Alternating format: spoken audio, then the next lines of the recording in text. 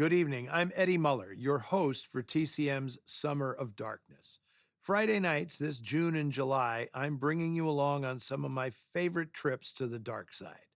Up next, a film that, paraphrasing the great Nick Lowe, I call pure pulp for noir people. You got to be a certain age to get that reference.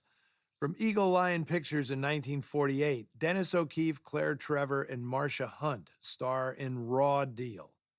Now, if you spent any time with me in Noir Alley, then you've surely noticed that a lot of the films involve love triangles.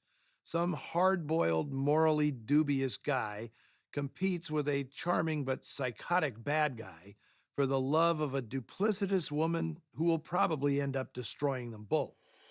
Well, Raw Deal gives that trope a gender twist. Here, it's the two women, Trevor and Hunt, competing for the affections of homme fatale Dennis O'Keefe. Complicating things is that they're all running from the law, since O'Keefe is busted out of prison and is trying to avoid being killed by his former partner in crime, played by noir's heaviest heavy, Raymond Burr. All this is adapted from a pretty silly piece of pulp fiction called Corkscrew Alley. Eagle Lion acquired the film rights and worked up a script, but then the producers had to navigate the minefield of the Hollywood production code, which declared the script, quote, a sordid story of crime, immorality, brutality, gruesomeness, illicit sex, and sex perversion without the slightest suggestion of any compensating moral values whatsoever. Sign me up.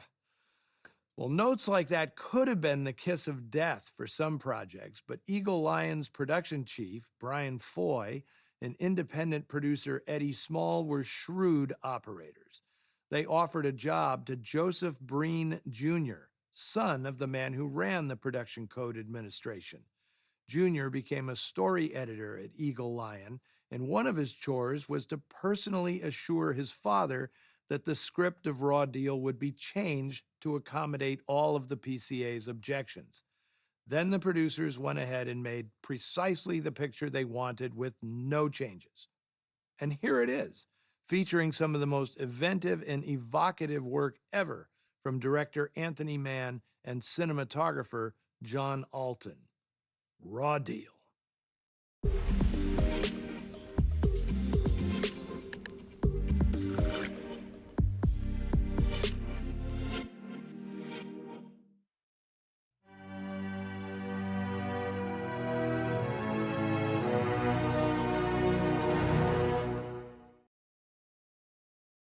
Everybody involved in the making of Raw Deal gets a share of the credit for making it a stunning example of film noir, but special mention has to go to the work of cinematographer John Alton. Born in Hungary in 1901, Alton's career began with work as a background extra. Somehow that gig led to a job processing film, which in turn led to a career in cinematography.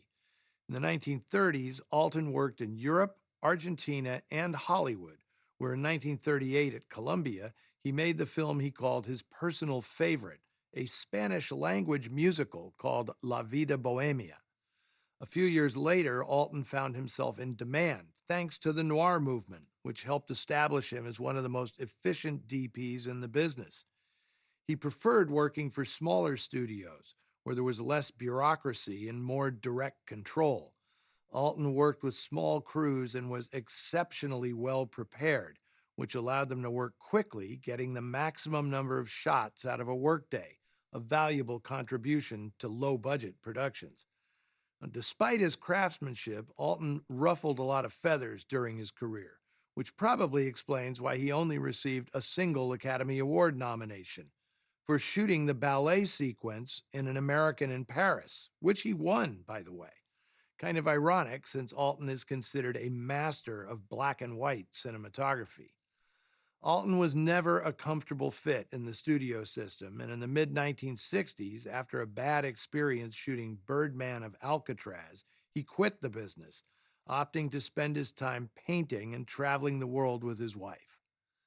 Up next, The Summer of Darkness continues with a moody morality play from 1948. Moonrise is next on TCM. Next on TCM, Moonrise, then Harper, and later The Drowning Pool. TCM comes up for air tonight.